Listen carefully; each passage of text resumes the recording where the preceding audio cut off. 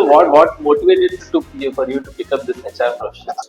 They say that you have a knack for managing people. I understood that no, technical studies is not my cup of tea. I was like, no, this is not possible. Somehow I have to get out of this thing. Apart from HR, I cannot do anything. Okay, so I'm at that. How different is it for a HR in a pharma this thing? Because And that is the point where all HR, professionals who are trying to get into HR. what would be your advice for a fresh graduate on how they should build their career or how they should choose their jobs and all this thing? Just being nice is not going to get you things. Okay. Do you think they will be a good fit for a company like us? I think very few people understand that listening is very important. Right. I totally agree on that. Right. Yeah.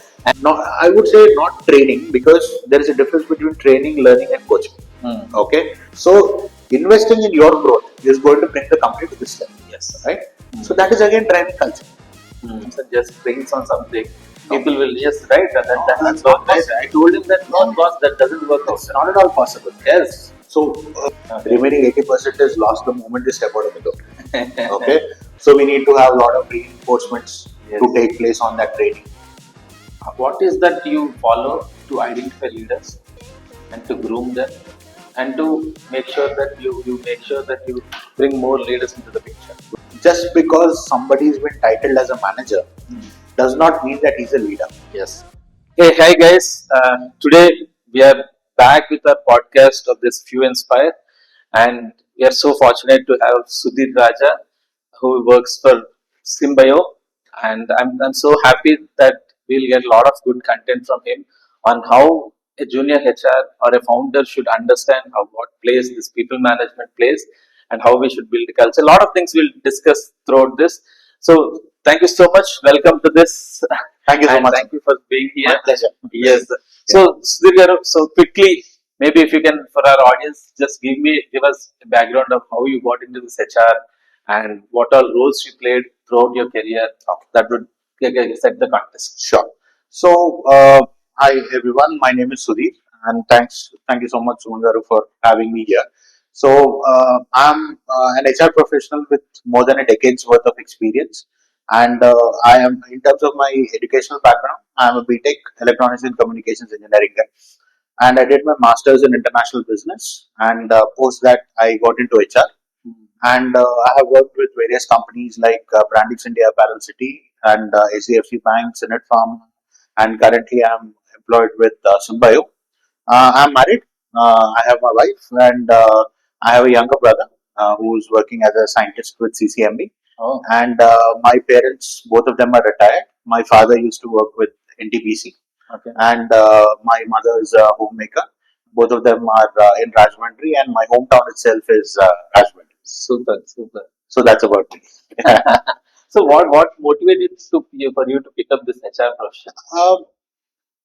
There are a lot of things. I mean, when you start learning, when you are doing your courses, when you are studying your day-to-day things, at that time, certain inputs from your colleagues, your friends, your teachers, your mentors, they say that you have a knack for managing people. Okay, so they always used to say that you are really good at understanding what we are trying to say. You are good at listening. You are good at giving inputs. So you will be a good people manager. Okay, and right from my school days, my passion was to get into airlines. I wanted to be a pilot, Okay. just like any other kid. Okay. But when I did got my MSET rank, it was almost like a mobile number. So my dad said it's not possible. So then I got into BTech with the seat that I got. Okay. And then while I was doing BTech, I understood that no, uh, technical studies is not my cup of tea. And I'm a guy who is very scared of numbers. Okay, so I was like, no, this is not possible. Somehow I had to get out of this thing. And then once I got out, the next target for me was to get into management studies. Okay. Once I got into management studies, I did my master's in international business, specializing in cross-cultural management and global logistics and supply chain management. Okay. So when I was doing that, one major influence that I had was from a couple of my guest lectures and my guru in that college. Her name is Dr. Sri Lalita, and she attracted me a lot in terms of the way she was talking about human resources, the psychology of people, how to deal with it, what kind of impact it is going to create, and what kind of role people play as HRs in the company to make sure that the company reaches its end goal, all of that. So then there was this gentleman, I forgot his name. He was a professor and he was coming for my organizational behavior. So he was from Piramal Life Sciences. I'm taking the name of the company, and he was the vice president HR for that. And he came for a guest lecture. And he used to stay on campus. In the evenings during dinners, we used to sit with him, all the students who took that elective, and we used to discuss with him. Then, over a course of few days, he casually while talking, he said, Sudhir, I think you will make a great HR manager because you have all the things that I'm looking for when I'm hiring somebody in HR. So that clicked for me. Okay, and then I started taking more electives in HR, then slowly getting into cross cultural management because my view was to study various cultures. If I'm visiting different countries, if I'm visiting people from meeting people from different countries, how their cultures work, how we work, how that is going to create more balance, and what kind of role I can play in that context. So all of that came to play. And in my batch, there were only 12 people out of 150 who chose HR, and I was the only guy. Remaining all were women. And my college always used to say, I think this is a women's job. Ladies are more preferred. I said, no, yeah. I said, no, I'm going to prove you wrong. Okay, and I'm going to take a step ahead and get into that. So I was the first person on campus to get hired into HR also. So from there on, this journey started, and it kept on going from there. Awesome. I think from Sasi, from what you mentioned, two important points. One, you said that people said that your listening skills are very good, right? I think very few people understand that listening is very important. Right. I totally agree on that. Right? And the second thing is, you said that one situation, your lecturer or the professor who inspired you, one situation can change your life. I think in that way, those things are established. So, see, you choose that career, right? So, but definitely in everyone's career, once they get into it, they'll face challenges. Yes. Right? So, are there any such kind of big challenges you faced where you felt that, oh my God, and how did you handle them? See, so that the audience will understand it's not just rosy on the other side. There is toughness also on the other side where we need to really take care of. Right? Yeah. So what do Yeah. So you can share? I will be generic. I'll not take any specific Please. name. No. So Our intention is to understand the experience. yes. Yeah. So during my initial years of getting into HR, the understanding of it was very simple in my terms. That the job of an HR is only to take interviews, hire people, and then bring them into the company. Okay, Yes. but when it actually hit me when I entered a manufacturing unit and I saw a huge number of people working on machinery, and then all of them having their own troubles, their own problems, nobody listening to them, they being very hot tempered because nobody's putting an ear, and all of that, it started creating a lot of unknown pressure inside me. Okay, I felt that okay, maybe I'm not cut for this job. Okay, because every day I'm supposed to handle about 700, 800 employees in one location, male, female, both, each of them having their own issues. The company again trying to put pressure on us to make sure that there is less absenteeism, there is less LTO. Okay, all of that put together, it became a ticking time. You know, 2 years, I remember very well, 2 years into my job journey, I thought, okay, I'll step out of HR. Probably it's a bad decision that I took, and probably I can get into marketing or sales or something like that because that is what usually MBA guys do. Yes. Okay, because I'm a millennial. Okay, so for us, it's quite simple to get into because we are happy adopters as per the philosophy. So when all of this happened, then there are two people in my professional journey who I really thank. One is Mr. DVR Ravi Verma. I'm going to take his name. I want him to know this. Okay, he's my guru in HR. Okay, and he was my first boss also.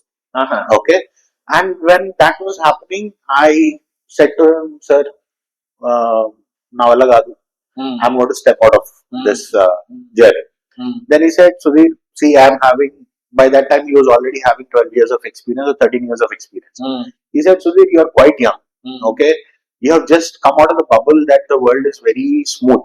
Okay, for you, HR is wearing a white collar dress, going, sitting on a table, taking interviews, showing yourself, and then creating an impression and coming. But true sense of HR is not that. Okay, so then he started slowly saying that, okay, give me time. I'll mold you into a professional where you will learn what are the intricacies of being a true HRS.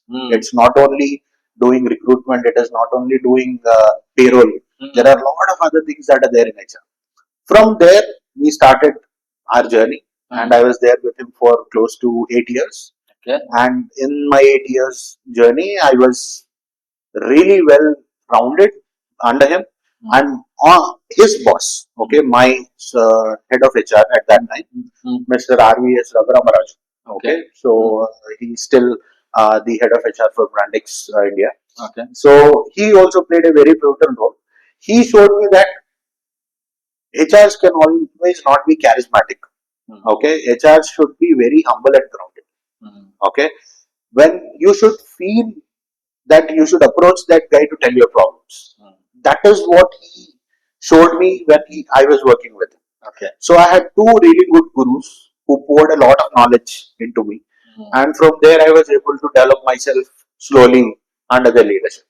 So again, coming back to this particular point where you said the challenge. So the challenge was to feel that I am actually capable enough to become an HR because your initial years are always very tough. Exactly. Yes. So from there, I was able to pull myself out, and now I think apart from HR, I cannot do anything. Okay, so I'm at that level right now. Right. So I hope that answers your question. Yes. See, I think that's what people say that don't choose your companies, choose your bosses. Absolutely. Right. I think you were chosen you got the right bosses. Yes. Which has laid the right foundation. Absolutely. Yes. Awesome.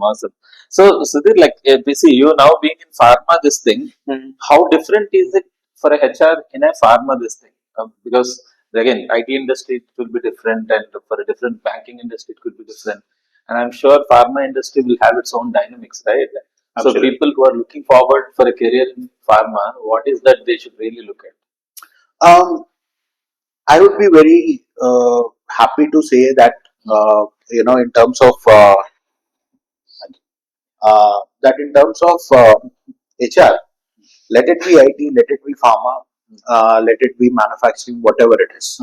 I think these are imaginary lines that have been drawn by my predecessors. Okay, I don't know what brought them to that decision, but I'm of the sole belief. If you look at my experience, I was in manufacturing, I was in banking, I was in farm. Yes. So all three are not at all related to each other. Okay, but right. Still I'm able to succeed. Yes. So I think wherever you go, it is managing people. Yes. If you are a good manager in that, it's not managing payroll; it's managing people. Yes. So I think pharma per se is not really different from any other industry. Okay. It is just that in terms of the work environment, right, there is a lot of difference because you need to comply to a lot of things because we are using all of that we produce is going to be ingested into a human being. So we have to be extra careful in certain areas and we have to be more careful in our compliances. So that is a difference which I see. But apart from that, in terms of training, in terms of handling people, in terms of doing payroll, in terms of handling, job roles and responsibilities and all of that, I think it's pretty much the same. Okay. Right. So I don't see much difference.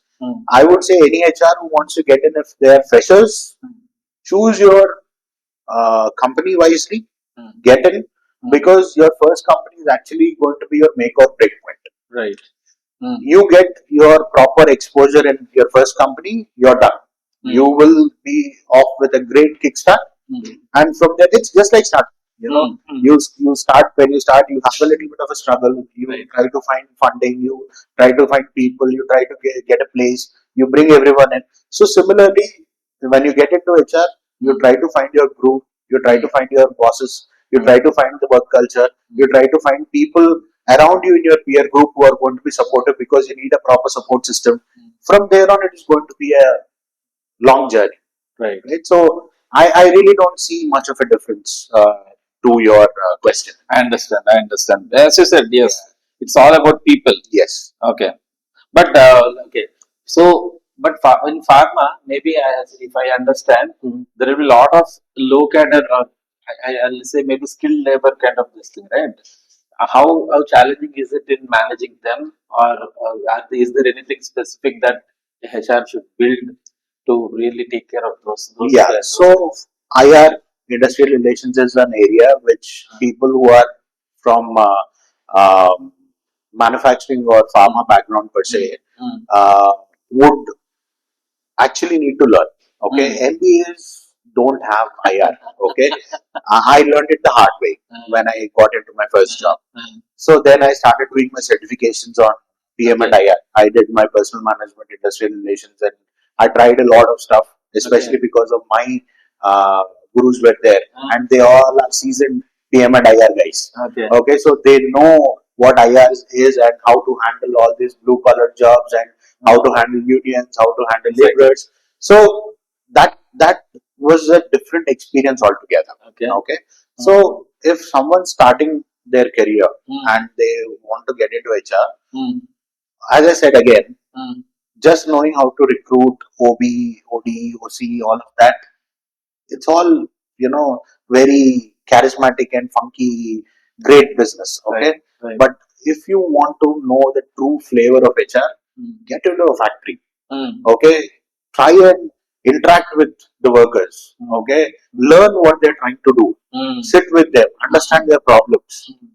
Initially, people will say, no, no, don't be so close to them. They will start pouring everything on you, and they'll say, I told you, you did not. Yeah, but I use that formula.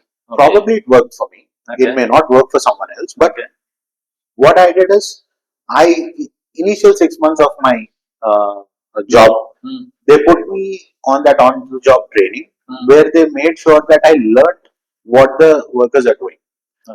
And they went to a certain extent that technically I also understood a lot of things.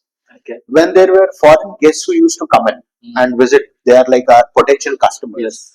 The plant head used to say, Sudhir, I think you are the best man for this. You should take them for a plant talk. And they never used to believe that I'm an HR guy. They used to think that I'm someone from operations. Okay. So all of that has actually helped in understanding what kind of pain the people go through. Okay, it could be ergonomics, it could be health issues, it could be whatever they're doing. But being with them in that moment will actually help you in understanding the job role, and it will actually make you think what best I can do as an HR to ease that pain to people. Okay, and that is the point where all HR professionals who are trying to get into HR should think of or aim for. From there, if they start, all other XYZ things, there are a lot of courses, there are a lot of things online. You have Coursera, Udemy, so many things, including companies like IBM and Google who are giving so many certifications in HR. I'm not talking in general, I'm talking in HR. You can get certified, but who's going to teach you this real life experience? So that will round you off more brilliant. That is my take on I think that reminds me, like while I was in Accenture, HRs are the people who used to be coming during only the appraisals and all. See, at that time in my career startings and all in Mumbai, we used to work for long hours. Right. There was nobody who used to even think about us. Right. And we used to have that concern. See, be it a skilled labor or be it the IT person, Yes. still it is when you're going through a pain, HR is the person who can take care. So, as you said, I think that is what people should understand. HR should understand that they should take care of their pain, listen to them, and then do that. Wonderful, wonderful. Okay. What would be your advice for a fresh graduate on how they should build their career or how they should choose their jobs and all these things. Because a lot of people, as you mentioned, it's all about recruitment and it's all about the payroll. This is where they're stuck. Yes. Unfortunately. Yes. So how they should choose, in what areas they should explore, so that they can really build their career. Sure. So the starting point for a fresher would ideally be a generalist. Okay, they should be a generalist where they should learn all the trades within that particular department. Okay, in HR they should start. I am a firm believer of job rotation. Okay, if I'm working in an organization for, let's say, 5 years, in those 5 years, every year, I think I should, do what my colleague is doing, and I should bring him in my role. Right. Together we should support each other. Yes. Okay, we should be collaborating. Yes. Then automatically he'll become an expert in my role. Yes. I'll become an expert in his role. Together we will know two different things. So becoming insecure, collaborate, start. Absolutely. So that is where, even as you asked me, the initial point for any HR professional, should we do try and get in a generalist role? Okay, they should be open. Okay, that okay, I should either get into payroll, I should either get into recruitment, but they should always think of the longer perspective. They should always think that okay, my journey is not only for today; it is for the next 25 or 30 years of my career. So whatever foundation they are going to create here today will be going to help them a lot in managing their teams further down in the future. Because if what is the end goal for any HR guy is going to be the head of HR. Yes. My understanding. Yes. Okay, I could be wrong, but my understanding is either it is going to be head of HR or corporate head of HR, exactly director of HR, CHRO. There are multiple names to give that to the top. Yes, but what are they doing? They are just going to manage people. When are you going to manage people? Only when you know what they are doing. Okay, just because you are fresh out of a college, when you understand all the rules. Absolutely. Okay. Or because you have made your hands dirty, you know how dirty they are also. Right? If you have not made your hands dirty and you have managed yourself across, after getting a team under you, it will become hell for you. They'll know that you don't know anything. They'll play with you. Yes. So, in order to be strong down the lane, you should put in a lot of hard work right now. So, in order to do that, you either start building your career by being a generalist, or you start learning from other avenues. Like I said, take certification, understand.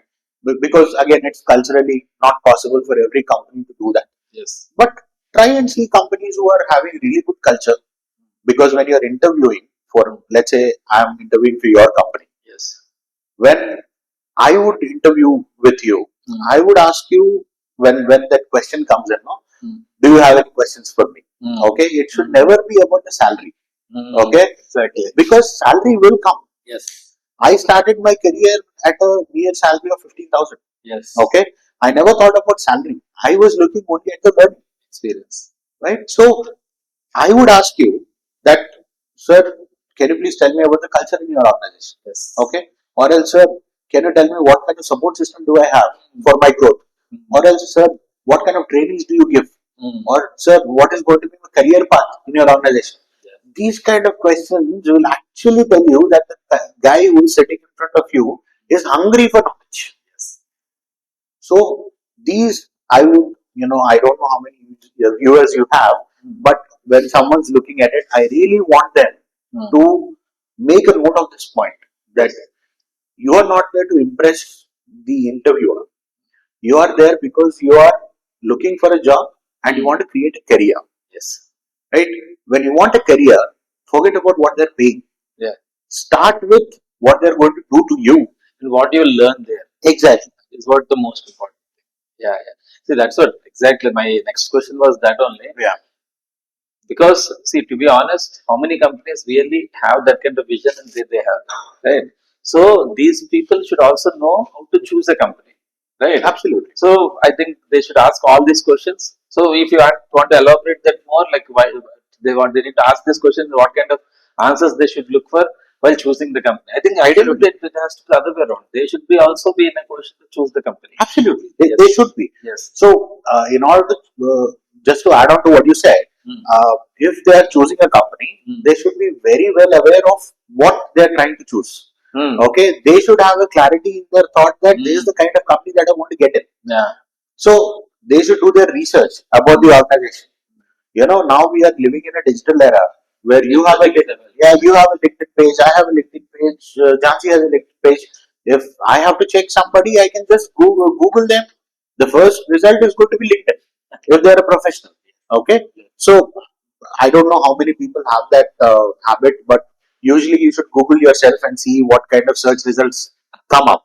Okay, so you are in tech, so I don't need to tell you all that. But they should actually do that. If that comes in, then automatically you'll be more prepared. Okay, so this guy is having financial background. Okay, so I should get my numbers straight.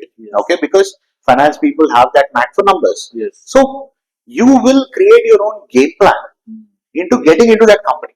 Okay, we have so many AI tools right now who are going to help you in answering a lot of questions.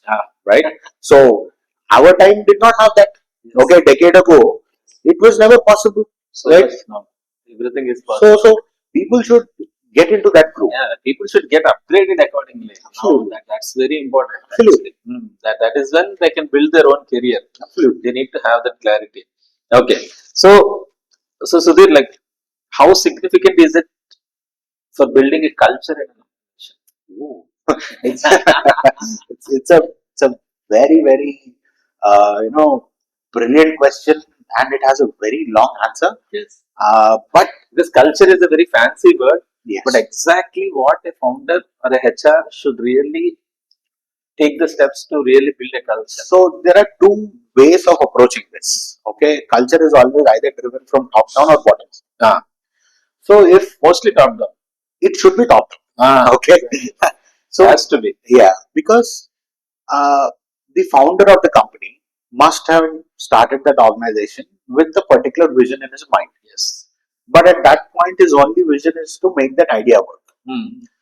He will not think about the kind of people he wants to get in. He will not think about the kind of mindsets that they will have. He will not think about the kind of emotional baggage that they'll carry with them while getting into your organization. There are n number of things that happen. So when you are doing that, you put in filters across various levels, and you keep driving like at your end. Okay, like you are the director of a particular organization. Your direct reportees who are there should always understand what your vision is and what your thought is about culture. Right. And you should also be very stringent on that culture. There will be certain dilemma that will come to your play, where you will be like, okay, this guy is really good for this job role, but he is not stable. For example, okay, he is having 10 years of experience. In his 10 years, he has jumped through 10 companies. So that tells you that he is not stable. Culturally, you might be thinking that, okay, I'm just a startup. I'm having 5, 6, or 7 years of age for the company. I need someone who can grow with the organization. But when you talk to him, you feel that, okay, this guy, in terms of technical knowledge, is brilliant. So if he comes in, then probably my problems might get resolved. But let me play that risk. When you take that decision, you are undermining your own view or vision for culture. Right? So that should not happen. The company should always have a very firm stance on what they want. Yeah. Okay. And right now, in certain organizations, They should set them very clearly. absolutely, Follow them. you should understand, you should know what you want, and you should know how to reach there also. Yeah. Okay. There are a lot of ways that you can actually work on culture, but having an external perspective would help you. Internally, taking feedback from your team will help you. There are so many ways that this feedback mechanism can work. But on the larger picture, when you are trying to get people into the organization, when you have your goal set that I should reach this level of expertise and culture by these many years, your entire focus in hiring people should work in that direction. Okay, and also parallelly, there should also be a focus that the people who are already through the door should also embrace that view and come with you. If both these don't happen, there will be old water and new water, which will not mix together, and you will end up having a mess. So the guys who are already in, they'll be like, I don't need to think about it because I already know the director. Because initial days, you know everybody in the organization. They know you by name. They call you, you will talk to them. But in the longer run, it will not work out. Imagine for huge banks, who are having 2 lakh, 3 lakh employees. How do you think they drive their culture? They will drive their culture only through very stringent means. They set goals. They say if this guy hits this mark, they have psychometric analysis for that. They have predictive index PI. I don't know whether you have heard of it or not, but there is a new tool in the market called PI, predictive index. So it maps your psychology, basis certain questions, and it tells you whether you are going to be a nurturer, whether you are going to be a collaborator, whether you are going to be a futurist. That's the next level of psychology. Yes. So psychometric analysis is the first. So now there are a lot of companies that do predictive index PI. And to a certain extent, I'm just going deeper into that.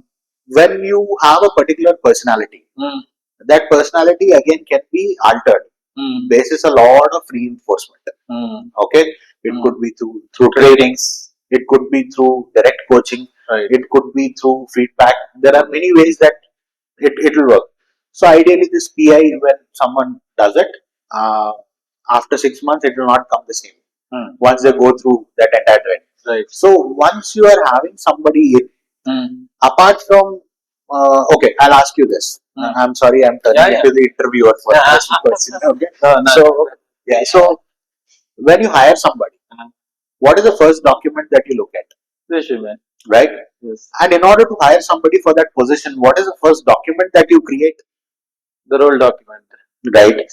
So you have the description of the job, the JD also, right?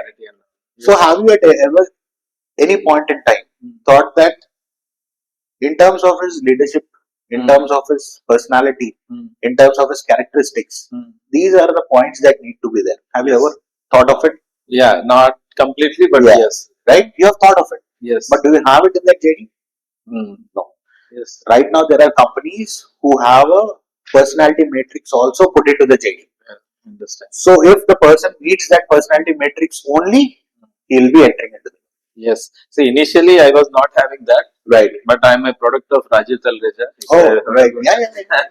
From then, now I have all those the traits, everything we need to take care. Absolutely. Because that plays a very major role. As you mentioned, technically he might be sound, but if he's not fit for the other part, you're gone. Absolutely. Yeah, you need to take a lot of time while doing the interviews and all this. Yes. So the answer to your question, when it comes to culture, it should be top down driven, and you should have the right people at the right levels to ensure that that culture is percolating, and you should reinforce that culture time and again through activities. Okay, you can do road shows. You can say that, like for example, diversity.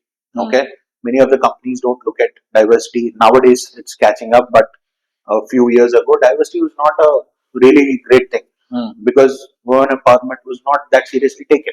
So when you are putting women empowerment into your culture, how are you going to drive it? What are you going to do in order to drive that? So all those questions come in. When you start finding answers for those questions, automatically you will be one step closer to reaching that culture. Right? So culture, of course, plays a very, very important role in the organization. Because of the culture, your clients will have their feedback. Yes. Because of the culture, your business will keep repeating itself. Because of culture, you will have more business coming in. If you are having really bad people, technically also, but if you are having culturally really good people, people will always be ready to give you a second chance. Right? So that is what I understood in my learning till now. So that's my answer to your question. See, as you mentioned, two questions from there. Right. One is that culture means a lot of people think that being nice. Yeah. Is that all about it? I think there is much more to that, right? Accountability also plays a role. Absolutely. Right? So how that balance can someone as a HR can bring in? And my second question is, you can answer it in whatever order you want. Second thing is you work in 4 different or 5 different organizations. Right? Yes.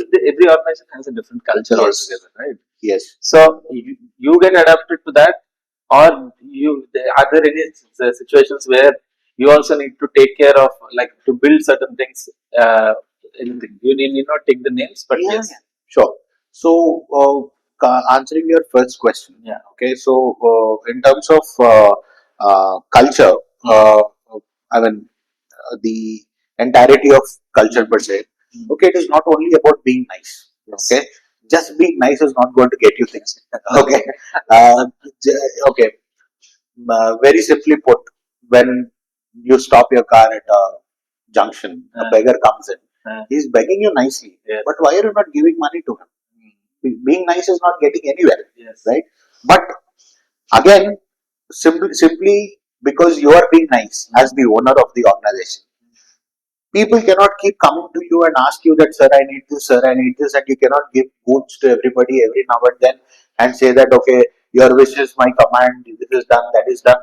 It cannot work like that. So culture is not only about being nice, culture is all about having a vision. Okay, culture has a lot of context behind it. Okay, and when culture might mean something different for me. Okay, culture, it might mean something different for you. Okay, but how are you going to explain that to your staff is where the crux of the issue lies. okay, You should have a clarity that, okay, I want my company to have this kind of a culture. So how, what does culture mean in general is, people always think that, okay, if the company is having 5 day working, it's a good culture. Okay, or else if they're having really high pay, it's a good culture. Okay, let us take the example of Google, because everybody knows, right? When Larry Page and Sergey Brin were there, they started, I mean, Google was the place to work because it has so many perks and benefits, or fringe benefits as they call. Now, I think last year about 170,000 people were laid off or something like that. I don't remember the number. yeah, But Sundar Pichai himself wrote a very long email to their employees stating that we are in doldrums financially, so I'm laying everybody off. right, We had so many people on LinkedIn who worked with Google for 12 years, 15 years, looking for a job elsewhere. yeah, Those kind of people, again, to your question, do you think they will be a good fit for a company like us culturally? No. Because the company gave them what they wanted, the company took from them what they wanted in terms of output. That give and take worked very brilliantly in their particular scenario. So it was a brilliant formula. Okay. Today, if we try to replicate that, that time the mindset was different when they started it. Today, the mindset is different. Today, the workforce that we are getting Gen Z people. Okay, they are not going to slog themselves off. They have a different view of life. yes, They want work life balance. They don't want to slog like you and me. yes, Okay, yes, I'm okay to work from 9 every day. Okay, I can only go home because my wife had that experience with me when I was in my first job. Okay, I used to go early in the morning. There were strikes that used to happen, AP Telangana separation and all of that. We used to stay at the road junctions. One HR used to stand, and they used to wait for those people to come and do dharna. They used to call each other, and we used to tell, okay, don't get the bus in this route. Let us take it the other. That kind of a thing we have done. We have gone through all that pain. Yeah, and that is why we are here today. yes, Right? yes, So that is culture again. yes, Okay. Our culture taught us. Our culture taught us that no matter what, if the world is on fire, we should still do production. yes, Okay. But it's a good thing. Okay. I'm not saying it in a negative sense. I'm taking it very positively. That no matter what the challenges are outside, see, from the employee's perspective, he will think that, okay, today there's a strike, let us go sleep. Okay, because for him, all that matters is salary. yes. But as the owner of an organization, if one day output stops, what's going to be your bottom line? Yes, Right? So, in order to hit your bottom line, in order to achieve your top line, yeah, you need 24/7 operations. yes, Right? yes. So, people don't understand that big picture view. How am I going to get that big picture view? Through culture again. Exactly. You drive that every day, that, see, buddy, this is my end result. For this year, I need to get this number to give you this carrot and stick method. Okay, Yeah. you quote it very nicely to the people and say that you do this, I do this for you. Right. That's give and take. Right. That's a culture. Or else you tell people that this is what the company expects. This is the larger perspective. Okay, and in that larger perspective, this is your role. And then people will automatically understand, okay, yes, in order to reach there, I need to do this. This is my contribution towards the company. So it's a contribution driven culture. Everyone works together. Okay, so all these are multiple areas where culture is a very simple word, but it has so many meanings behind it. Yes. Right? So, as I said, everyone's derivation of culture is different. Okay, but the impact it creates is very high. That's why companies always strive towards getting a better work culture in place. Yes. Okay, and as I said, work culture is not only about salary, it's not only about working hours, it is about reaching the end goal. Okay, in such a way that everyone's in a win-win scenario. Yeah. Right. So I'm sorry, in this entire context, I lost your second question. Actually, Yeah, I think that's a brilliant answer actually. So what you mean is the founders or the main top management should really have a clarity on what exactly the culture has to be. Absolutely. And they should be able to communicate it continuously so that everyone carries that and they should be able to do that. Right? So let's say Jansi is here. Okay, I'm sorry, I'm taking your name. Just for example. Okay. Yeah. So just for example, okay, you have a vision for your Yes. company in terms of culture. Yes. But in terms of handling people, Jansi is going to be your point person, your Spock. Okay. Yes. Let's say Jansi does not have a proper understanding of what culture is from your end. What she will do is she'll add some more masala of her own thoughts, Yes. and she will start delivering it down. Exactly. What you will think is, okay, this is good that she is doing it, but in the end, because again, the impact of culture is also very long term. It's not going to come down in like 1 or 2 months. Yeah. So by the time the damage is done, and you retrace where this happened, and understand that there is a communication gap between the head of the organization and head of HR, because of which the drive of culture has gone in a different direction. Again, to steer it back, it's going to be close to impossible. True. Right? Very true. So that is where our clarity of thought and clarity of communication come. Right? So when HR is coming in, HR needs to have that clarity. It should understand what they're trying to do. They should not come under pressure. They should not come under false pretext. They should not take others' feelings into account. They should always look at the organization and ensure that the organization's best interest is taken care of. That is how culture should be done. Wonderful, wonderful. In building the culture. Absolutely, absolutely. I mean, training and development is actually a very generic word which people throw around. Okay, so of late I've heard many people saying that, "What are you? I'm a trainer." Okay, so what do you train? Or they say, "Okay, I Communication skills. simple, right?" So apart from that, what do you train? Etiquette. Okay, right. So apart from that, what are you doing? No, it's just problem solving, decision making. These are like very niche. They think that they're niche words, but they're very generic. Yes. Okay. Yes. So when it comes to culture building, training would play a very pivotal role. Not, I would say not training, because there is a difference between training, learning, and coaching. Okay.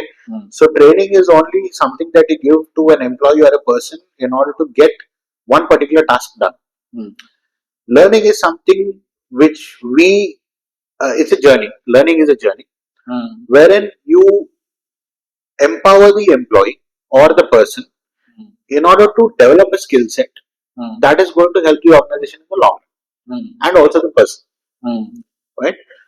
Coaching is a feedback mechanism wherein, depending on the actions of the employee, you give feedback to him stating that, see, these are the points, and this is not just random feedback. This is not feedback based on your opinion. This is feedback based on proper data and psychometric analysis done. Okay. So these are the three areas. So what I think is every level has a different role to play in developing culture. Okay. Okay. This is my take on it. Yes. Probably some guru of HR might say no to it, but this is my take on it. Okay. And this is my personal opinion. Yes. That And if I offend somebody, I'm sorry. Yeah, So it worked for you. Yeah, So obviously it worked. absolutely. So what I feel is for the ground level employees or the grassroots level that you call, you should start training them on, you know, their day to day job skill set. Okay. Okay, their requirement. Hmm. From there, you try and add a little bit of flavor to of the company's culture.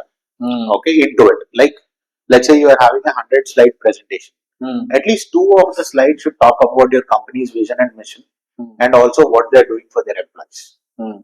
Then they will understand, okay, the company is doing this. Okay, I'm talking about really huge organizations, right? Because it's very difficult for the trainee to speak to the managing director. Yes. So that time, all these communications will help. Then again, when you're getting into learning, when you're doing your learning exercise, try and make the employee understand why he's learning that skill set. Okay. Because there's a cost also that is involved. Yes. Okay, it does not come for free. Yes. And when the company is putting so much of effort into that costing, and they're taking you to a hotel or they take you to a resort where all that training programs or LED programs are going to happen, they are investing a lot for the company's future and also for the employee's future. You should make them understand that this is being done for a cause. It is not charity. Right. Right? If this was a charity, then it would not be of use for anybody. But this is done for a cause because the company wants to grow to this level. So investing in your growth is going to bring the company to this level. Yes. Right? So that is again driving culture. Hmm. That you are trying to develop your employee where you are interested in pushing the employee further. Okay? Then comes to coaching. Coaching is usually we do it for Senior level. very senior guys who are running the entire show.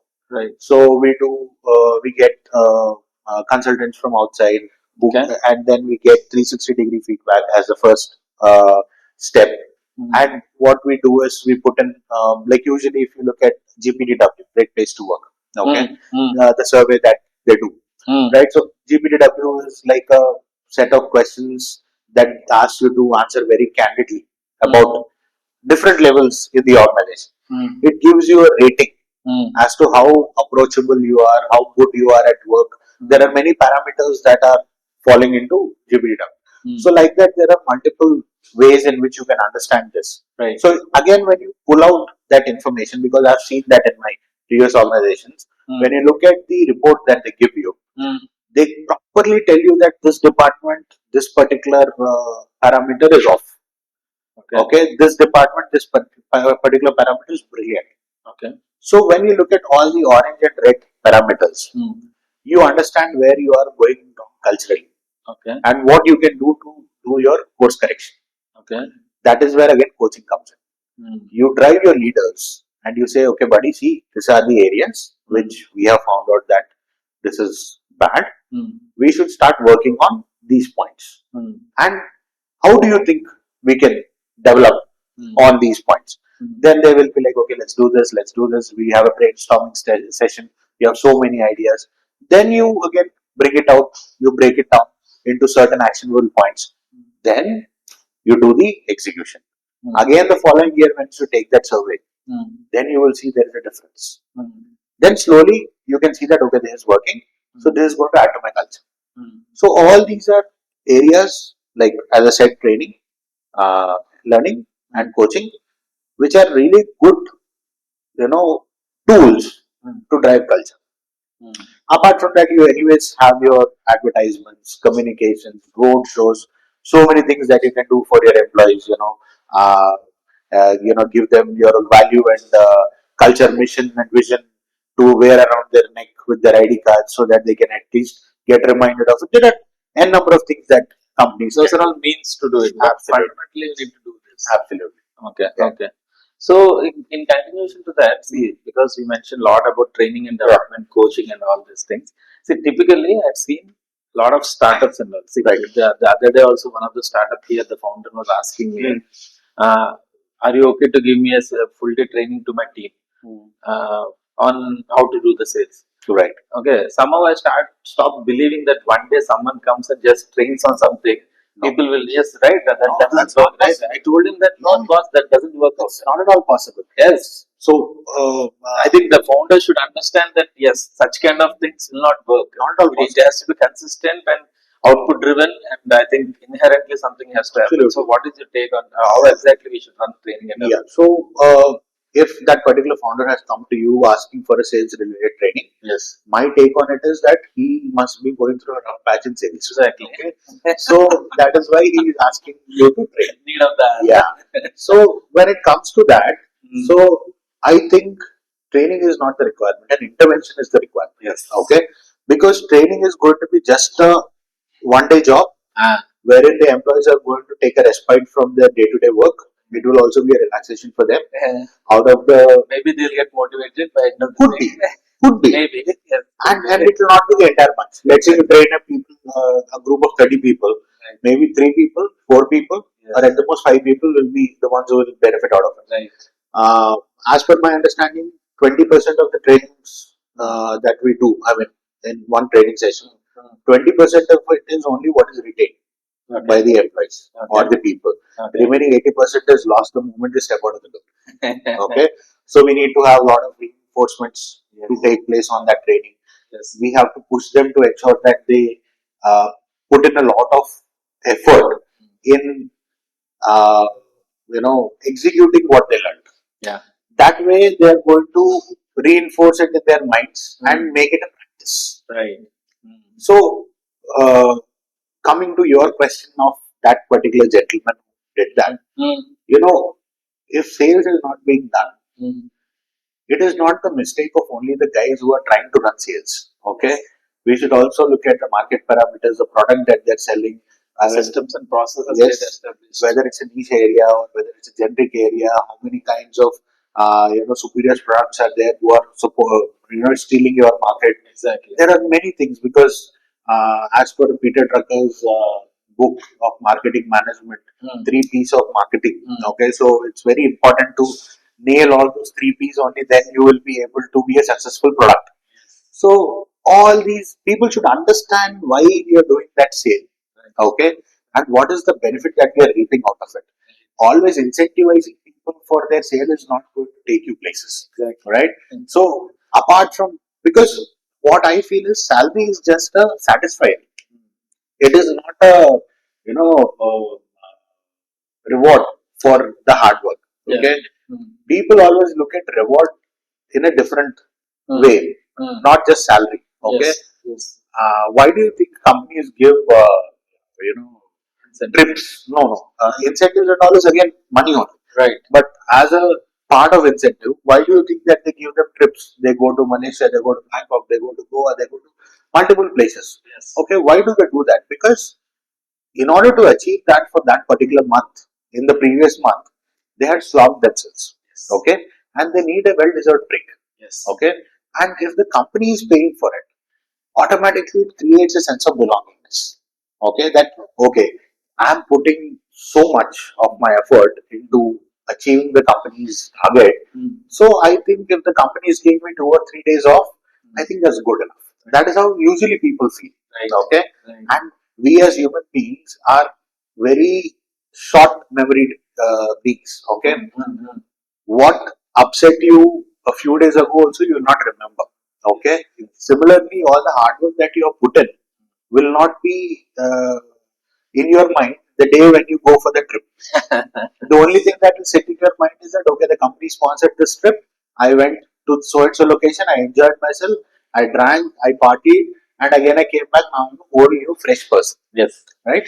And they'll become very fresh. Absolutely, re-energized, Yes. ready for taking up everything. Yes. So those kind of things again. Also, again, I'm using culture again because culture is something which I feel nowadays is not very prudent in organizations, and people are taking culture in a very different manner, and they are again, connecting culture with money. Okay, if you are a good paying company, you are having a good culture. Okay, so that somewhere is leading to toxic work culture, toxic management, and people leaving very early. Not being able to stick to a company for a very long time, not having long run employees, not being able to achieve targets. So all these comes into play at that time. Right, right, right. So, see, now I want to touch the topic of leaders. Right. See, any organization to for it to grow or scale, as you mentioned, the leaders are very important, Absolutely. right? So, what is that you follow to identify leaders and to groom them and to make sure that you make sure that you bring more leaders into the picture? Right. So leadership does not come with position. Leadership comes only with action. Yes. Okay. So just because somebody's been titled as a manager does not mean that he's a leader. Yes. You don't need to be titled something to become a leader. Yes. Okay. So in your particular team, okay, again, here the manager or the team lead or the boss, whatever you want to call it, first of all, should have a very democratic approach towards work. Yeah. Okay. Only then they'll be able to nurture, leaders in their team. Yeah. What happens is people have a very, how should I put it, problematic stance towards leaders in their team. Okay. What they feel is they're going to steal the limelight and I'll become obsolete. Yes. Okay. What they fail to They understand. gossip a lot. They complain a lot. Yeah. All these things. Yeah. And what they fail to understand in the long run is if you are having great leaders in your team who are already working in your team and are team members, your workload is going to fall down. Yeah. You're going to be very free. Okay. Yes. It will go on autopilot. Yes. Your team will work on autopilot. Yes. Because you have your generals in the team who are going to take care of your work.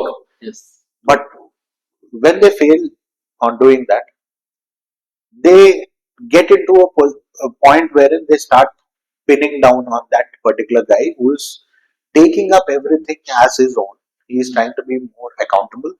He is trying to be more collaborative. He is trying to be more helpful because these are all leaders' Qualities. processes. Exactly, qualities. They always, a leader will never order anybody. He'll always try to lead with an example. Yes. Okay. If my formula for, like, let's say, writing a code worked, my job is not to hide it and show it only to my boss. Rather, I'm having 20 people in my team and we are all working towards the same outcome. Yes. I'll put it on the group chat and I'll say, this works. Yeah. Please execute and see if this is working. And if that works out, imagine their job, which was supposed to be done in 1 month, was done in 1 day. Yes. They'll be off for the next 29 days. Right? So, how do you bring that out is you have to be very, very supportive to your team. Okay.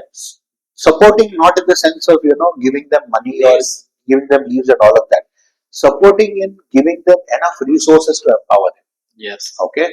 So it's when, like, let's say in my team, okay, when I'm working, if somebody is like, let's say I have to do my payroll for this month, and even in the nick of the moment when I'm about to submit my payroll, people come to me saying that my this leave did not get approved, so I'm still having an LOP in the system.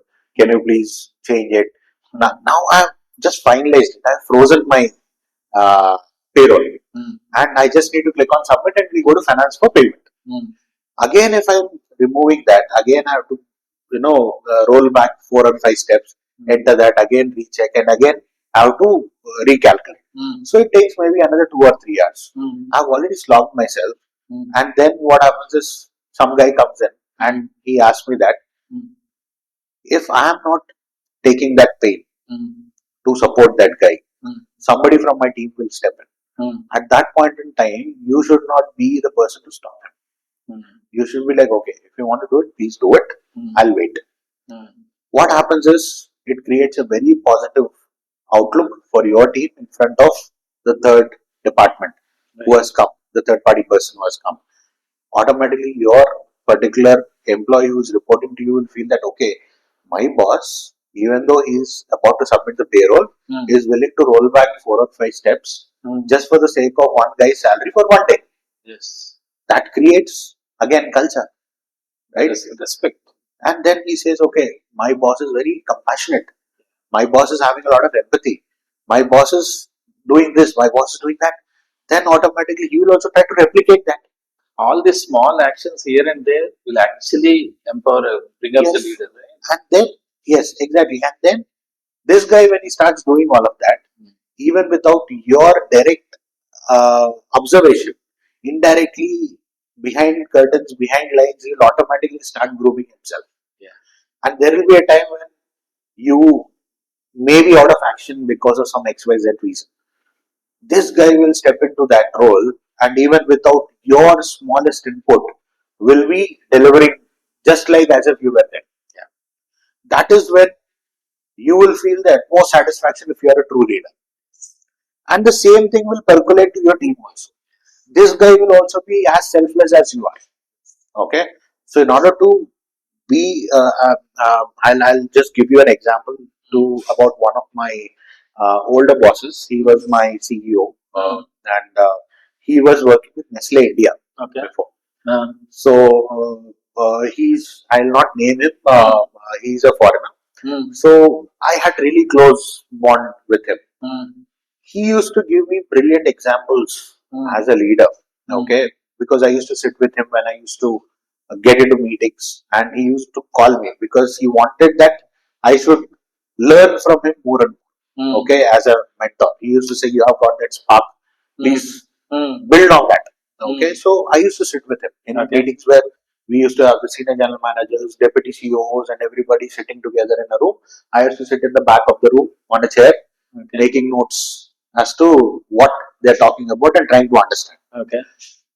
There were times when he used to give examples Mm, where he used to say, okay, this particular thing that you have done with your team, mm, and you are putting so much of pressure, kneading them like dough, you are Mm. trying to make chapatis out of them.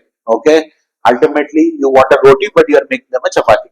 Okay, so they are not coming up; they are being pushed up. Okay, so how are you going to get that? mm, You have to give heat. You should not give pressure. Okay. That is what he used to say. Okay. Okay, you are putting pressure. Okay, what you do when you put them on a tawa, in order to make chapati with the spatula, you keep pushing it down. Heat is also coming from there. What will happen? The chapati will get burnt, right? But what do you do for a roti? You Yes. bake it, you put it on the stove directly, it puffs up. Yes. So you are just giving heat. Yes. Okay, Yes. so you need to create that ambient temperature for the employee to grow, to expand himself, to think better. Rather than saying you do this, you do this, you do this, it's not possible. Mm.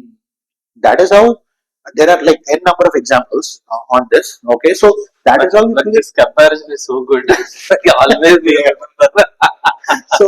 So he used to give such examples in a boardroom. Mm. Okay, and he used to say, if I am able to observe this, okay, and I am able to observe this only through the numbers that you're presenting to me. Right. Imagine what kind of observation you can make when you're walking through that floor every day. Full pressure. Yes. So, how are you going to get rid of that? Mm. Where people are going to come themselves and say, sir, we are not able to reach the target. What should we do to increase it? Yes. That is ownership. Yes. When you bring that ownership, you are a leader. Yes. You are making people own what they are doing. Yes. So all these small things will create a leader. And me personally, what I always think is empowerment is the best tool to get leaders in. Yes. That is my understanding of leadership. Mm. Again, leadership is again a very vast subject, just like culture. There are so many tools, there are so many processes in which leadership can be learned. But again, learning itself is not the only thing. Executing is also a very major challenge. True. So I hope that answers your question. Wonderful, wonderful. Like I think there's so much on leadership. Yeah. I'm noting down things. Okay, so I think a lot of things we covered. So just give certain direction to a junior HR or someone who started a career or who's trying to pursue a career in HR. What are maybe the steps or the tips, or tips is a wrong word, but steps they should exactly follow to build a good career? As I said at the start of our discussion, when a junior level guy or a trainee is getting into an organization, the first thing is you should always be ready to learn. Okay, willingness to learn actually takes you places. Okay, if you don't have that vigor to learn, you will not go, you will not grow. Mm. Okay, because until and unless you learn, okay, again I'll give you another example. Again, this is out of my experience and from one of my guru. Mm. Uh, in this entire world, Mm. there are only three types of mindsets. Mm. Okay, no matter which person you take. Mm. Uh, I'll use Hindi for this. Yeah, yeah, Okay, please, please. this gentleman is from the military, one of my bosses. Okay, so there's a military thing that we learned because as per the HR practices that they have in the military, The best. yeah, and 20 years in advance to what we are having right now in our current scenario. Yes. So when you divide people into mindsets, Mm. there are very three simple mindsets. Mm. One is called leather buddhi, Mhm. okay. Mm. The other one's called rubber buddhi, Mhm. and the third one is called mass buddhi or bamboo. Okay, Mm. I'll relate this for you. Okay, so let's say you have a person. Mm. Which of these three levels does he fall in? Mm. Is your question. Okay, Mm. in order to fit him into that level, I'll give you what these three buddhis mean. Buddhi means mindset. Right. So, let's say you are having leather buddhi. Mm. Okay, leather. Mm. In Hindi, English, Telugu, Yes. leather. Okay. Yes. So, in that leather, okay, my watch is having this leather strap. Yes. When the manufacturer manufactured it, he Mm. put a hole here in the strap. Mm.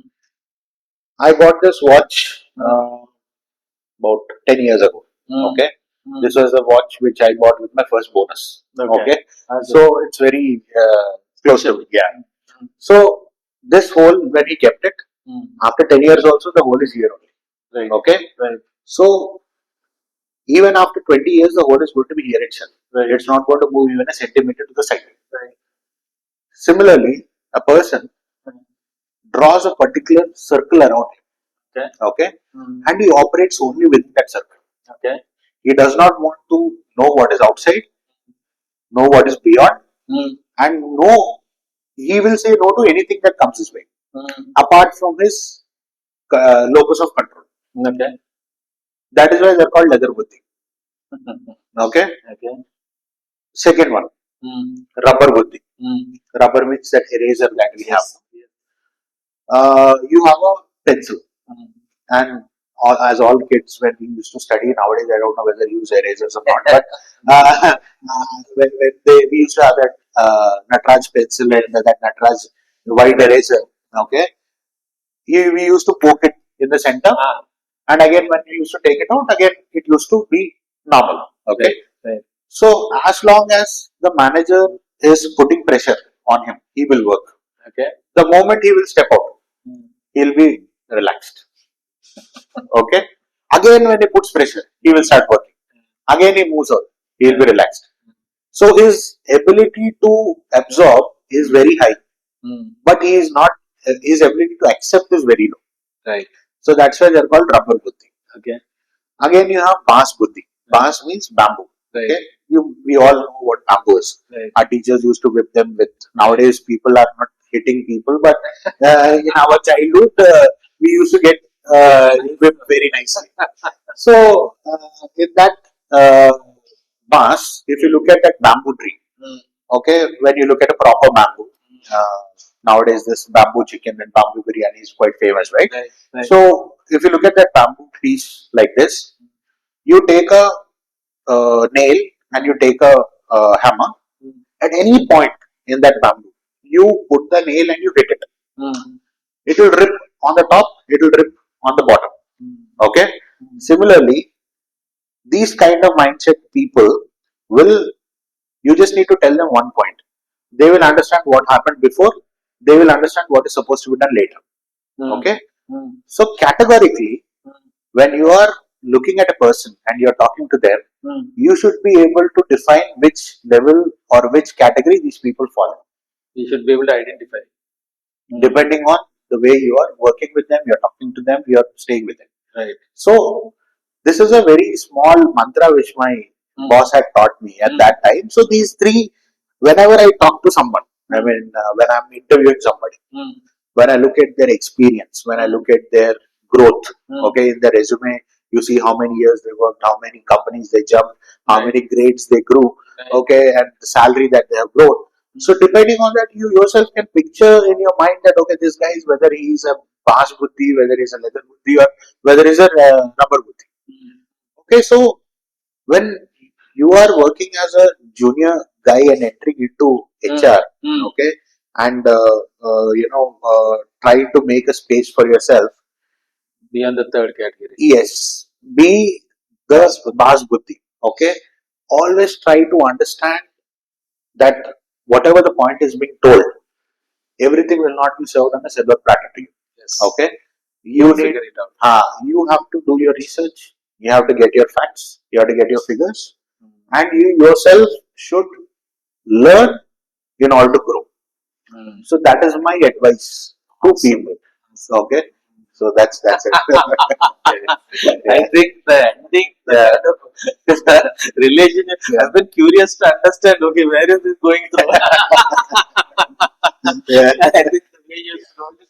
Awesome. Thank you so much, Sudhir. I think we had a wonderful time. Absolutely. I think a lot of stories, a lot of insights. Great. It was super, super. Thank Thank you. you so much. Thank you so My much pleasure. for being there. My pleasure. And thank you for contributing with us.